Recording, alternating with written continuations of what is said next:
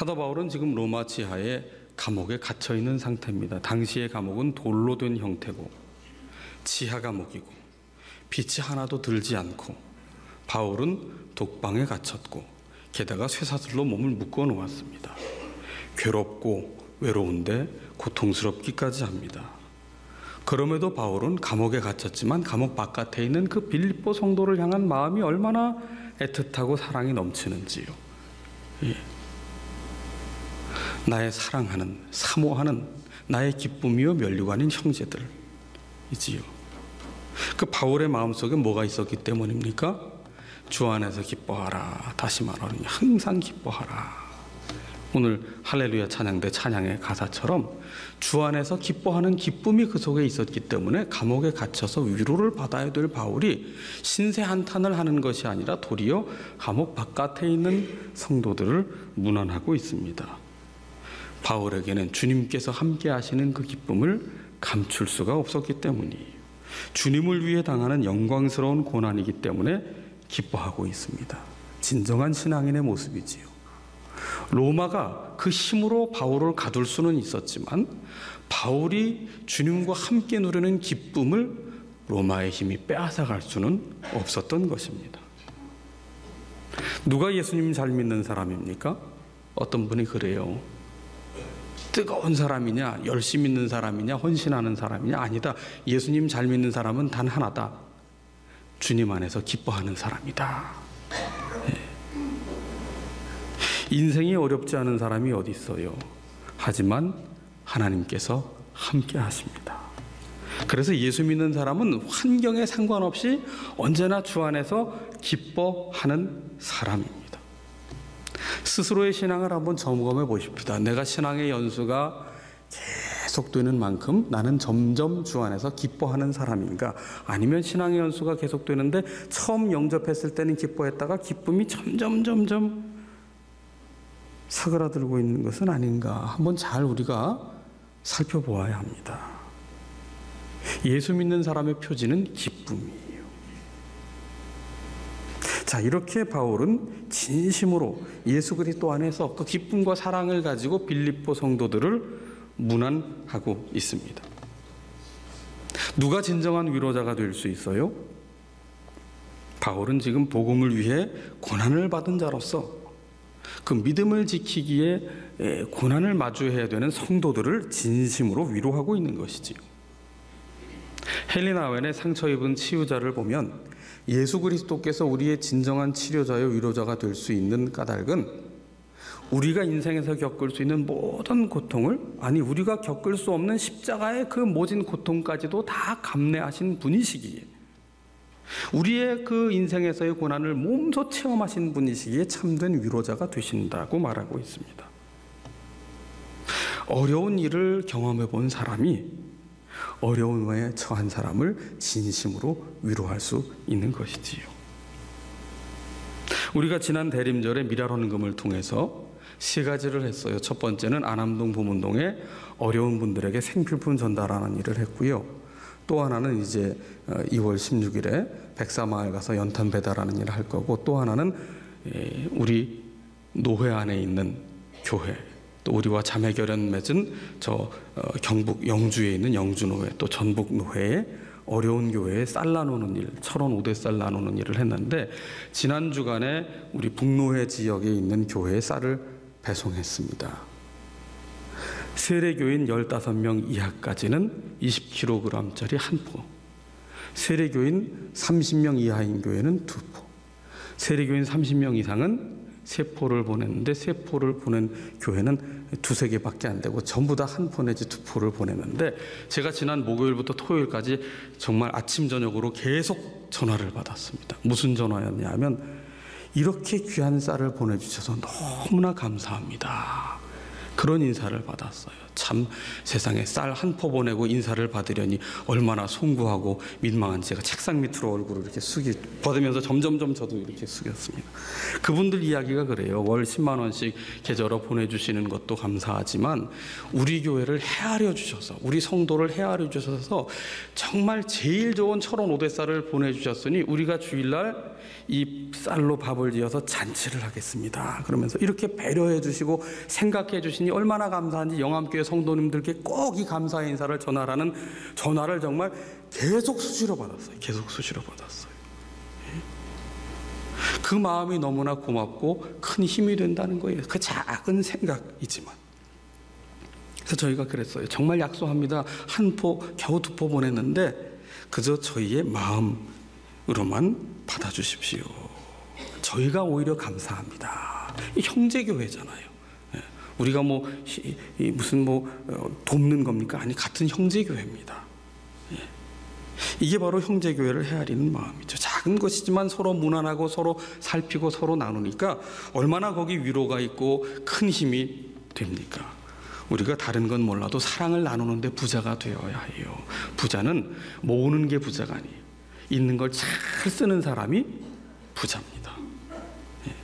오늘 본문에 보면 서로가 무난하라, 성도에게 서로 무난하라 하는데 22절에 보면 특히 눈길을 끄는 대목이 있어요. 바울이 누구를 무난하라 하느냐 하면 22절에 특히 가이사의 집 사람들 중 몇을 무난하라. 가이사의 집, 가이사가 뭡니까? 로마의 황제를 뜻하잖아요. 가이사의 집 그러면 황제의 측근, 황제의 왕족, 또 귀족, 그런 사람들인데 그 중에 예수님을 영접한 사람들이 있다는 거예요. 그들을 무난하라는 겁니다.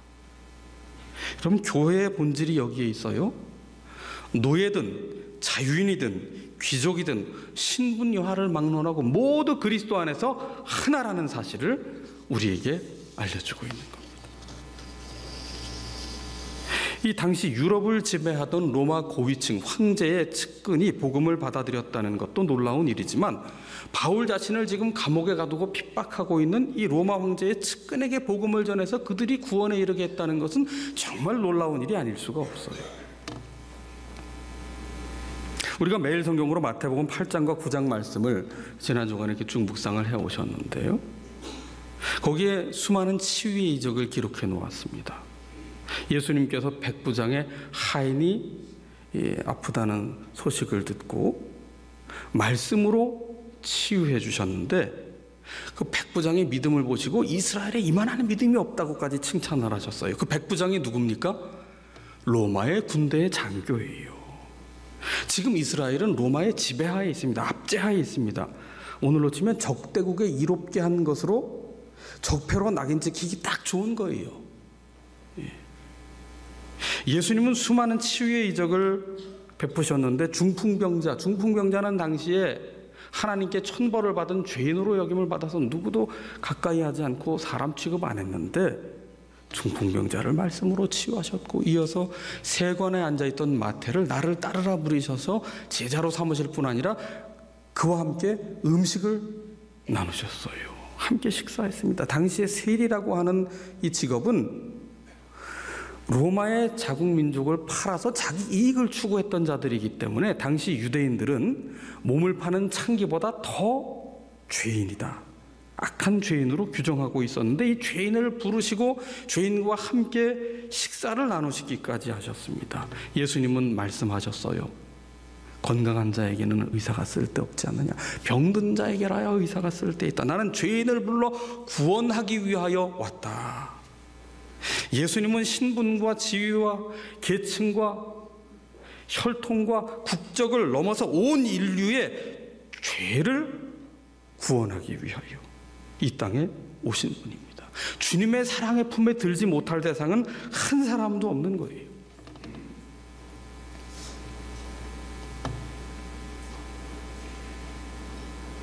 청교도 전통을 따르는 마틴 로이드 존스 목사님 작고하셨지만 그분이 이런 상담 사례를 이야기하세요. 교인이 상담을 하는데 우리 아이가 불신자녀와 결혼을 하게 됐습니다 하면서 땅이 꺼진 것처럼 절망을 하고 있더랍니다. 이 마틴 로이드 존스 목사님의 권면이에요. 세상 끝난 것처럼 절망하지 말라는 겁니다. 왜? 복음은 모든 사람을 구원하는 능력이 되기 때문에. 아니, 불신받은 거 결혼한 거 자체가 벌써 멍해입니다. 이 부모의 마음이 얼마나 속이 타요. 거기다가 옆에서 더 이 불난 집에 부채질하고 기름 껴듯이 큰 무슨 불신 가정하고 결혼했느냐고 거기다가 그렇게 입에 거품을 물 필요가 뭐가 있어요. 처음부터 다 예수 믿은 사람이 있습니까? 예. 불신 가정과 결혼했다면 그 가정이 구원받도록 더 뜨겁게 기도하고 복음을 전하고 주님의 사랑으로 품어주어야지요. 여러분, 하나님의 은혜가 임하면 누구든지 그리스도인이 될 수 있는 거예요. 가이사의 집에도 성도가 있었다. 이건 놀라운 기적입니다. 당시에 적대국가 로마인데 우리를 지배하는 자고 있는데 어떻게 그들에게 복음을 전하고 그들이 복음을 받아서 하나님의 자녀가 될 수 있는가? 여러분, 함부로 무슨 일이든 판단하거나 또 함부로 낙심하거나 하지 마십시오. 그다 복음의 능력을 부인하는 행위예요. 불신앙적 행위입니다. 복음이 뭡니까? 죄악된 세상을 십자가 능력으로 구원하는 거잖아요. 우리의 성향이나 우리의 이념으로 세상을 구원하는 게 아닙니다. 세상을 구원하는 능력은 오직 십자가에 달리신 예수 그리스도의 그 능력, 그것만이 우리를 구원하고 우리를 변화시키는 능력이기 때문이에요. 올해는 3.1운동 100주년 기념의 해입니다. 일제의 침략의 만행을 우리는 잊어서는 안 됩니다. 역사를 잊으면 안 됩니다. 지난 주간 김복동 할머니께서 별세하셨는데 위안부의 문제라든지 강제징용의 문제라든지 이 과거사의 문제가 완전히 해결되었다고 보기는 어려운 현실인데, 그러나 이와는 별개로 그렇다고 해서 일본을 증오하는 마음을 갖는다? 그건 하나님 기뻐하실 일 아니에요. 복음의 능력을 제한하는 일이고요. 성도는 그런 마음 품으면 안 됩니다. 역사는 잊지 말아야 하지만 그렇다고 증오해서는 안 돼요. 왜? 일본인들도 동일하게 십자가 복음의 능력으로 구원받아야 될 백성들이기 때문입니다. 북한은 1950년 김일성의 명에 의해 탱크를 밀고 내려와 주일 새벽 6월 25일에 침략을 일으켰습니다. 공산화하기 위한 야욕을 펼쳤습니다. 중공군과 합세해서 이 나라를 다 삼키려 했습니다. 우리는 일사후퇴를 했던 그 치욕의 역사를 잊으면 안 됩니다. 지금도 공산화의 야욕을 경계해야 됩니다. 하지만 북한을 증오해서는 복음 통일을 이룰 수 없다는 사실을 우리는 또한 분명히 해야 합니다. 우리는 반세기 만에 전쟁 이후 경제 회복과 민주화라고 하는 이 두 가지를 한꺼번에 이룬 지구상의 유일한 나라입니다. 그러나 우리가 경계해야 될 것 한 가지가 있습니다.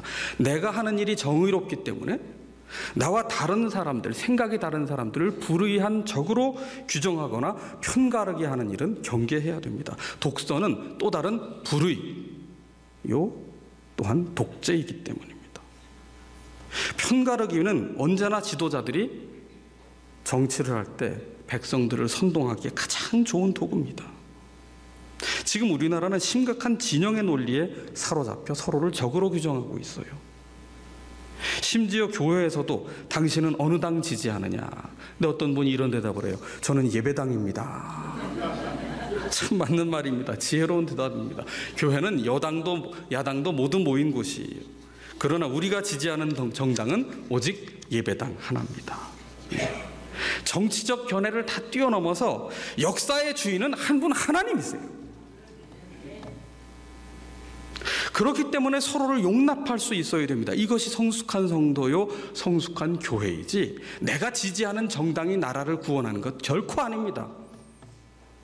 하나님께서 역사하셔야 되는 거예요. 성도는 이를 위하여 여야 정치인들을, 대통령과 국회의원을 위하여 끊임없이 우리는 기도해야 됩니다. 손가락질은 예수 안 믿어도 할 수 있어요. 그거 할 시간에 기도하세요. 정말 나라를 사랑한다면 기도하세요. 가슴 치며 눈물로 기도해야 됩니다. 이 나라를 하나님 불쌍히 여기소서, 이 민족의 미래를 긍휼히 여겨 달라고 역사의 주관자이신 하나님 앞에 정말 나라를 사랑한다면 기도할 수 있어야 돼요. 자, 사도 바울을 통해 복음이 들어간 빌립보 교회, 심지어 로마의 통치자인 가이사의 집에 이르기까지 모두가 복음이 들어간 그곳에 구원의 은혜가 임했습니다. 변화되었습니다. 우리가 예수 그리스도를 전해야 될 이유지요.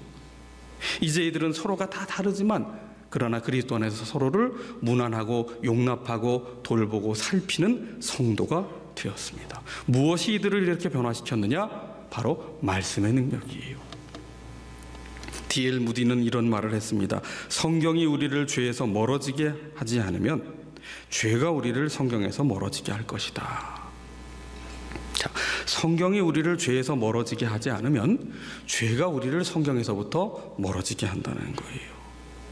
우리가 말씀 안에 머물 때 죄가 멀어지고 말씀의 사람으로 변화될 수 있어요. 말씀을 끊임없이 묵상하고 되새김하고 순종하려 할 때 영적 성장과 성숙을 이룰 수가 있는데, 다시 말하면 말씀에서 나오는 건강한 생각이 우리의 마음을 채울 때 영과 육의 균형을 잡은 건강한 사람이 될 수 있는 겁니다. 반대로 말씀에서부터 멀어지게 되면 하나님의 약속에서부터 멀어져요. 그렇게 되면 말씀은 보이지 않고 눈앞에 보이는 문제에만 집착을 하게 됩니다. 문제에만 집착하면 잘못된 것, 안 된 일, 실패한 것, 쓴 뿌리, 원망할 일만 묵상을 해요. 불안 초조에 시달려요. 그러면서 낙심과 절망의 수렁에 스스로 빠지고 맙니다. 그렇기 때문에 우리는 말씀에 붙들리기 위해 공예배를 중요하게 여겨야 돼요. 성수주의를 하셔야 됩니다. 어디를 가서도 성수주의를 하셔야 되고요. 그곳에서. 그리고 일상의 삶, 일주일의 일상의 삶 속에서 끊임없이 하나님을 향하여 예배를 드리며 말씀과 기도에 집중하는 훈련이 필요합니다. 다시 말해서 말씀, 묵상과 기도의 습관화, 체질화가 필요하다는 것이지요. 예수님께서 그 바쁘신 중에도 군중들에게 끌려다니지 않으셨던 이유는 새벽미명, 그 삶의 우선순위를 하나님 앞에 고정하여 묵상하며 기도하는 시간을 가졌기 때문입니다. 그러기 위해서는 굳은 의지만큼이나 좋은 환경을 만드는 것이 굉장히 중요한데요. 때로는 환경이 의지를 이기기 때문입니다. 묵상에 집중하기 좋은 장소와 시간을 확보해 보십시오. 그리고 묵상과 기도를 시도해 보세요. 묵상과 기도를 내가 오늘부터 이제 섣달 금음지나 새해가 됐으니 1시간씩 하겠다. 그거 못합니다. 한 번도 안 하던 분이 어떻게 1시간을 해요. 예, 내가 5분간 3분 묵상하고 2분 기도하겠다. 작은 것부터 시작하세요. 아니 그것도 안 된다면 1분 묵상하고 1분 기도하겠다부터 시작하셔야 돼요. 작은 성취감을 맛보셔야 됩니다. 그래야 그 묵상과 기도하려는 동기를 지속할 수가 있거든요. 여기서 주의할 것 한 가지가 있는데, 이렇게 무언가를 하기 위해 결단하려면 스마트폰과 일부러 멀어지는 시간을 가질 것을 동시에 결단을 해야만 묵상과 기도에 집중할 수 있습니다. 어느 통계에 보니까요, 나이 30대를 기준으로 죽을 때까지 독서하는 데 들어가는 시간 석 달 90일이고요. 나이 30을 기준으로 죽을 때까지 스마트폰을 보는 시간 10년. 이거 뭐 엄청나지요. 우리의 선한 의지를 돕는 방법 중에 한 가지는요, 내 의지는 약하거든요. 나를 믿지 마세요. 좋은 영향을 주는 사람과 사귀십시오. 묵상을 할 수 있는 영향을 주는 사람과 사귀란 말입니다. 오늘 주보 광고에 큐티 모임방 광고가 있지요. 큐티 모임방에 가시면 큐티하는 사람들이 모이기 때문에 큐티를 하게끔 만드는 분위기에 젖어들도록 도와주십니다. 영화막당에 가십시오. 매주일 11시에 영화막당이 지금 있거든요. 말씀을 끊임없이 배울 수 있는 동기를 부여해 줍니다. 이제 학기 중에 봄, 가을에 구역 모임에 가시고요. 주중 구역 모임이 어려운 분들은 주일 소그룹 모임에 나가십시오. 관심을 갖고 문을 두드리십시오. 기억하십시오. 나와 친한 사람하고만 사귀면 늘 제자리에 머뭅니다. 좋은 영향을 주는 사람과 사귈 때 영적으로 자라나게 되어 있습니다. 이렇게 성도는 서로 무난할 때 믿음이 견고해지는데, 내가 서로 무난해야 될 성도는 누구인가? 내가 서로 무난해야 될 이웃은 누구인가? 내가 좀 살피고 마음을 나눠야 될 일가친척은 누구인가? 한번 좀 살펴보십시다. 이게 명절이거든요. 사실 가장 가까운 가족 형제들과 무난하지 못한 채 지내는 것은 아닌지, 가장 가까운 성도와 껄끄러운 일 때문에 괜히 거리가 멀어져서 어정쩡하게 지내는 것은 아닌지. 얼마 전에 제가 읽은 시 중에 마음에 아주 깊은 감동을 준 시가 있어 소개해드립니다. 가장 받고 싶은 상이라는 시예요. 벌써 제목이 독특하잖아요. 가장 받고 싶은 상. 아무것도 하지 않아도 짜증 섞인 투정에도 어김없이 차려지는 당연하게 생각되는 그런 상, 하루에 3번이나 받을 수 있는 상, 아침상, 점심상, 저녁상, 받아도 감사하다는 말 한마디 안 해도 되는 그런 상, 그때는 왜 몰랐을까? 그때는 왜 못 보았을까? 그 상을 내시던 주름진 엄마의 손을 그때는 왜 잡아주지 못했을까? 감사하다는 말 한마디 꺼내지 못했을까? 그동안 숨겨놓았던 말, 이제는 받지 못할 상 앞에 홀로 되뇌어 봅니다. 엄마 사랑해요. 엄마 고마웠어요. 엄마 편히 쉬세요. 세상에서 가장 받고 싶은 엄마상, 이제 받을 수 없어요. 이제 제가 엄마에게 상을 차려드릴게요. 엄마가 좋아했던 반찬들로만 한가득 담을게요. 하지만 아직도 그리운 엄마의 밥상, 이제 다시 못 받을 세상에서 가장 받고 싶은 울 엄마 얼굴상. 이 시는 2016년 전라북도 교육청 공모전 동시부문 최우수상을 수상한 부안군에 있는 우덕초등학교 6학년생 이슬양의 시입니다. 이 시를 쓴 학생의 설명이 있습니다. 우리 엄마께서 올해 암으로 투병하시다가 돌아가셨습니다. 가난했지만 엄마와 함께 지내던 엄마가 차려주셨던 밥상이 그립습니다. 무엇보다 더 보고 싶은 것은 엄마의 얼굴입니다. 그래서 찾아보았더니 아빠와 함께 환하게 웃으며 찍은 사진이 이렇게 어디 있더라고요. 저희 가정 잘 지내고 있다고 하는. 우리는 너무 바쁘다는 이유로, 여유 없다는 이유로, 힘들다는 이유로 무난하지 못하며 살고 있는 것은 아닌가요?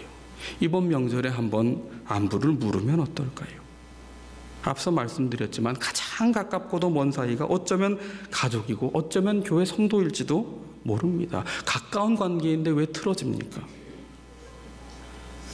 사소한 말 한마디, 오해나 상처 때문에 섭섭한 감정이 파고들기 때문이에요. 지난주에 말씀드렸지만 10가지 중에 9가지가 다 괜찮은데 섭섭하게 한 그 하나 때문에 골이 깊어진다면 이게 마귀가 기뻐할 일이고요. 하나님 마음 아파하실 일입니다. 주님의 십자가는 우리를 보실 때 10 중에 한 가지라도 마음에 드는 것이 없었지만, 의의는 하나도 없었지만 우리를 사랑하시기로 작정하셨기에 그 모욕과 수치의 십자가를 지고 가셨어요. 그래서 십자가의 길에는 섭섭마귀가 틈을 타지 못했어요. 왜? 상처보다 더 큰 사랑을 주님은 품으셨기 때문이에요. 십자가에 나타난 사랑은 그 어떤 상처도 덮고도 남을 만큼 큰 사랑입니다. 그 어떤 섭섭함도 다 씻겨주는 큰 사랑이잖아요. 그래서 십자가 앞에서는 우리의 마음속 깊은 곳에 있는 상처도 섭섭한 마음도 모든 응어리와 앙금도 다 깨끗게 씻어내는 능력이 되는 겁니다. 저는 장례를 치를 때 가끔 이런 생각을 해봅니다. 우리 문화에서는 고인께 정성을 다해 모신다는 의미로 리무진으로 운구를 장지까지 하는 경우가 있는데요. 제 아무리 고급 리무진으로 모신다 해도 돌아가시는 분은 승차감을 느낄 수도 없고요. 관엔 유인분이 창밖의 경치를 볼 수도 없습니다. 아무리 제사상 상다리게 휘어지게 차려놓은들 그거 후손들이 다 먹습니다. 기독교의 효는 뭡니까? 십계명에서 말하는 효는 뭡니까? 살아계실 때 효예요. 리무진까지 아니더라도, 상다리 휘어지게 차린 제사상 아니더라도 곁에 살아계실 때 잘 모시는 것이 이게 하나님께서 우리에게 말씀하신 효고요. 따뜻한 말 한마디 건네드리는 것, 굳은 살 베긴 손 한번 잡아드리는 것, 안부전화 한번 드리는 것, 성도에게도 마찬가지고요. 그리고 가장 큰 사랑은 이분들에게 복음을 전하여 함께 구원받은 한 가족 되게 하는 것 아니겠습니까? 이 명절에 주님께 받은 사랑으로 서로를 위로하고 문안하며 보듬고 복음을 전하는 우리 모두가 되십시다.